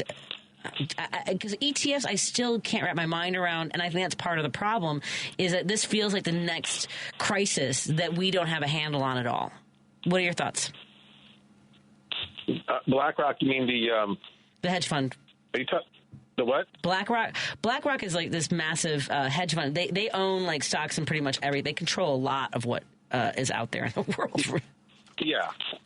Oh, yeah. It's the strategy is to, when you think about it, the strategy for the right wing and the billionaires is to just get government to put our tax dollars in their pockets. That's why they want to privatize. That's why they want to privatize Social Security, and why they want to do it so soon, and why they're telling you it's not going to be there. See, Social Security, the trust fund has about $3 billion in it. But that was the Social Security never had a trust fund before. It didn't start until 1983 when Ronald Reagan and Tip O'Neill agreed that the baby boomers, because there's so many of us, have to pay for ourselves. So they created a surplus. But in our parents' day, there was not a trust fund. Well, why do they want to get their hands on it? A couple reasons. They want to invest it while it's still there, right? Because it will be drawn down by 2035 when the baby boomers retire. But the other thing is there isn't enough in the trust fund because what was not anticipated is that wages were going to be as low as they are. So the trust fund it should be $6 trillion. $6 trillion. I said billion. It should be $6 trillion, not $3 trillion. But wages have lagged behind. So, in other words, if wages were higher, you pay more into the Social Security Trust Fund because your percentages would be the same, but on a higher amount. The banksters, as Tom Hartman calls them, they want to get their hands on that so they can invest it. And by the way, do you think that the profits they make on it, they're going to give back to you? No. Like you're going to say, oh yeah, we really made out on the profits that the banks made on our Social Security Trust Fund. The other thing is, the reason they want to get hold of it is that the Social Security Trust Fund is actually a creditor of the national debt, so they have to pay it off. In other words, they have to pay that back. Right. The federal government has to pay the Social Security Trust Fund back, the money they borrow from it. And if you cut benefits, well, then you don't have to pay it back. Exactly. Yep. That's the goal. So that's. Yeah, I mean, this is all it's about. It's putting private money and public money in private. Yes. Yep. Privatize it all. Whether it's our health care, our basically everything that FDR built in order to make sure that we made it out of dire times, including recessions and war, and apparently now Trump. We have to hold the line. Thank you so much for calling, Paul. I got to get to some other callers. Have a good night. Yep. Take care. Thank you. You too. Let's get to Steve in the Gold Coast. Steve, how are you doing, my friend? What's on your mind? You're out with me and Dwayne Kennedy. Couple of points. One, I think Paul was referring to Gen Xers. Baby boomers have been retiring for decades. The first baby boomer was born in 1946, so you just do the math. But Gen Xers are entering that stage now in the years to come. So yes, we're part of that, Patty. So yes, hard to think of yourself as retired, but yeah. It's going to be 20-some years, 30, yeah. Yeah, and I do respect a previous caller wanted to talk about the immigration issue. However, this notion that the single largest group are Canadians who are here as undocumented individuals, no. According to every study, the three countries that constitute 85% of all people who are here, who are undocumented, illegal, however you want to call it, are from Guatemala, Honduras, and Mexico, first and foremost. So that's 85%. The other remaining 15% are from every other country in the world. So, let's be fair and intellectually honest about where people are coming from. As of a couple years ago, approximately, I think that Cory Bush had put out something about undocumented Canadians a few years ago. There are, as of 2021, so this number is, I don't know if it's gone up or down, because if I were Canadian, I'd be like, let's get the hell out of here. Approximately 60,000 Canadians live in the United States undocumented. Yes, exactly, versus millions of people from those other countries. So, yeah, that's the point I'm trying to make. I mean, and let's be serious. Who in heaven's name is rushing to leave Canada? What, high standard of living, universal health care? Right? I mean, why in God's name would you think that there would be a lot of Canadians here? I mean, that makes no sense. That's like the, orange man's idiotic logic. Why aren't there more Norwegians here? Oh, I don't know, because Norway has a tremendously high standard of living. So why in heaven's name would Norwegians be coming here? But, that's, typical Trump, But the thing is, he was saying they would be welcomed here. That's the thing with him, is that if they chose to come here, they would be welcomed. Yes, exactly. There's this notion about how we should need to define what is fair. And one of my problems with this, and I'm the son of immigrants, people who came here legally, and we have relatives. And over the years, a few of them have asked, hey, if I came there, could you guys help me out? And we're like, okay, wait, you want to come here without any permission? You mean you're just going to come here and then we're not going to, you're never going to leave, essentially. And, how about helping me out? We're like, no, that's not the right way to do it. There are people in Africa, Asia, Europe, Central South America, all waiting, sometimes more than a decade, 15 years. That's not odd at all. And this idea that, well, if you can just get here and if you stay long enough, we'll just kind of forget the whole thing and you can stay. No, that's fundamentally unfair to the people who are waiting in line to do it the right way. So that's my problem with this. Yeah. Look, my big problem is that a lot of folks wouldn't come to the United States if they weren't if big corporations didn't want to take advantage of cheap labor. My big problem is that this whole thing started by people who came here and didn't leave. That's my big problem, is that people who came here who were not asked to come here and took everything, and they didn't leave, and then they made the rules for everybody else who followed suit. And did it globally. Yes. Colonizing. Traveled everywhere where they did not belong and did not leave, and changed the rules and genocide and changed everybody's culture and made them accommodate them, and they didn't leave. That's my issue. So I take it back. And to be fair, with regard to those, there are about 10% of people in this country who are of that group. So when we're talking about those individuals, the people of French, English, Spanish extraction, the vast majority of Americans who are quote unquote Europeans, we're not involved in any of that. No, the Ukrainians, Russians, Serbians, so forth. Right. I mean, those people are white people in this country. They were not part of any sort of colonization movement around the world during that age. They came here, and in fact, the word slave in English language comes from Slavs, right? That's exactly. So yes, I understand what you're talking about. There's a sliver of white people, and if you want to blame somebody, then that's them. But it's not the vast majority of white people who are also oppressed by those same individuals, because people like Hitler and so forth, going back generations, centuries, thought of Eastern and Southern Europeans as not being authentically white enough, or white at all. Right. They didn't think of Italians as white. They didn't think of the Irish as white. Yeah. Exactly. Right. Yeah. And look, yet we have folks who white first, white power, who believe that the original whether it's the founding fathers or I just never in my lifetime thought I would see people saying that the indigenous people were stupid and lazy or didn't accomplish that much, so conquering them. That's what I've been seeing in the last couple of years. I was like, I didn't know we were at that part of. It's amazing. This is the 100th anniversary of that famous march in Washington, D.C. D.C. And you can look up pictures online. And it was the time when the Klan openly was involved in every part of society in America. Right. And judges and representatives and so forth were served. So they had that huge march, and this is the 100th anniversary of that. That Klan was marching to not just to protect their view of society with regard to African Americans, but against Jews, Slavs. They were white Anglo-Saxon Protestants. Against Catholics, they did not want all the that Irish stuff. there. Yeah. Exactly. Right. Exactly. So it becomes very nuanced and complex. And as you're pointing out, it's sad that their grandchildren or great-grandchildren are now part of that movement. Like, you do realize a century ago that your people were being... But if you say that to them, that was a mistake, and, they obviously didn't know what they were talking about. They didn't mean us, just like now. Yeah, they didn't mean us. They were wrong. But these people, what we want to do to these people, that's different. Yeah. Right. Yeah. Thank you, Steve. Always appreciate your perspective. Thanks, Steve. Good to hear from you. Thank you. Have a good night. Always good to hear from all of our listeners. Yeah. And because Rachel's been on hold for a while. Rachel, you're on with me and Dwayne Kennedy. What's on your mind, my friend? Good evening. Very spirited conversation. Very intelligent people calling in. I appreciate that. Always love WCPT. So I just want to hit on a couple of things.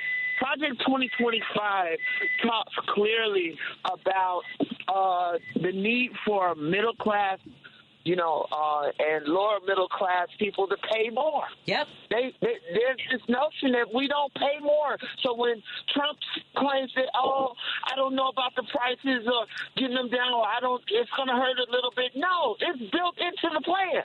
Right. I'm so sick of the lies coming out this man's mouth, and he's telling everybody, I lied about everything. Forget it, you know. And then as far as our Hispanic brethren and sisters, oh my goodness, I was telling your screener, I was like, as an African American, I really, I try hard to consider other people's issues, not just my own. And when I have all these other groups who voted against their own interests this time around, and it seems like all they care about is their issue. Well, that's primary, that's chief. But, I just really think that we need to, self-examine our Democratic Party, our allies, and if you're not caring about the bigger picture, then I don't need you on my team. Rachel, I'm tired of it. That is so true. I tell you this, I don't know how you feel about it. For me, as a black person, that black folks in the aggregate, not every single black, accommodate and welcome everyone else, and everybody uses us to ascend, to step over us, and we come at everybody else's expense. Like, you welcome Latinos, and I'm not just mean every single Latino, because there's a lot of Latinos, but the fact that 55% of Latinos would then vote for Trump, and here we are, like you said. Yeah. It does. And if I could just wrap up and just, when I went to D.C., I went to the Holocaust Museum, and I was really touched by this little saying, how you buy pens, magnets, and stuff for your refrigerator and stuff. But the German pastor, what is his name, Martin Niemöller, and forgive me if I'm ruining his name, but his writings, first they came for the socialists, and I did not speak out because I was not a socialist. Mm-hmm. Then it came for the trade unionists, and I'm sorry, forgive me. And I didn't speak out because I wasn't a trade unionist, and you guys know the rest of this quote. Right. But what I'm saying is that when you only care about your issue, when you only care about you, they coming for you too. Right. Yes. Right. They coming for you too. Right. Yes, and Rachel. We got to stop this. We got to stop this. You're right. But we got to self-examine who we considered our allies. And our our party, right? And weed out, dude, if you can't stand up for this and the issues as a whole, then we don't need you because you're going to turn against us. Yes. And so That's all I got, but I'm just saying I'm sick of it. Yeah. And when they come, when it's January 20th, come on with it. January 20th, come on with it. Right. And just go ahead and do what y'all got to do. But they're going to find out. But the thing is, they will find out at everybody's expense. Yeah. And they're not going to figure it out. That's the problem. Right. Thank you, Rachel. And the thing back to the $15 an hour, we pushed that. And I was thinking about the McDonald's owner, the workers working for pennies. I care about all of these people. I make way more than $15 an hour, so it wasn't necessarily about me, but I cared about everybody having a living wage. Yeah. And this is what they do too. I'm so grateful for you, Rachel. God bless you, too. Thank you. Thank you so much. Yeah. Man. I hate to tell you, Al, you got to follow Rachel, and I only have about 30 seconds left. What's on your mind, my friend? I'm so sorry to keep you on hold so long. What's going on? It happens. Well, I was going to say that they got the wrong man of the year because it should have been the unholy trinity, which are the oligarchs, the Christian nationalists, and the fascists all put together, all working together to control our media, which has been talked about all day because, I'm one of those big people that say all the problems we're having and all that we're talking about are all being caused by media, and that's TV, radio, internet, everything. All the more reason to be here with us. Right. Al, I look forward to talking to you again. Lady B's she's gonna have me if I don't get this wrap this show up. But Al, I'm so glad you got it in. You're absolutely right. That's the Holy Trinity, not the unholy Trinity. Thank you. Right. Yeah. Take care, Al. Okay. Thank you. Yeah. Bye. Bye. And I have to make sure that folks know that's coming up tomorrow on Choose Views. Richard Choose, of course, taking your calls, and he'll have Karen Byrne of True Blue Politics tomorrow morning. And Joan is talking to Spencer Critchley, author of Patriots of Two Nations. Dwayne Kennedy is appearing at the Lincoln Lodge this Friday and Saturday. It's tomorrow and Saturday. Go to Lincoln Lodge's website and get some tickets. Lady B, I adore you. Dwayne will be back tomorrow. You coming back tomorrow? Yep. You're coming back to play with Ken Mejia. Beal will be with us as well. Thank you so much. Randy Ruggs, followed by Matt McNeil. Bye, everybody.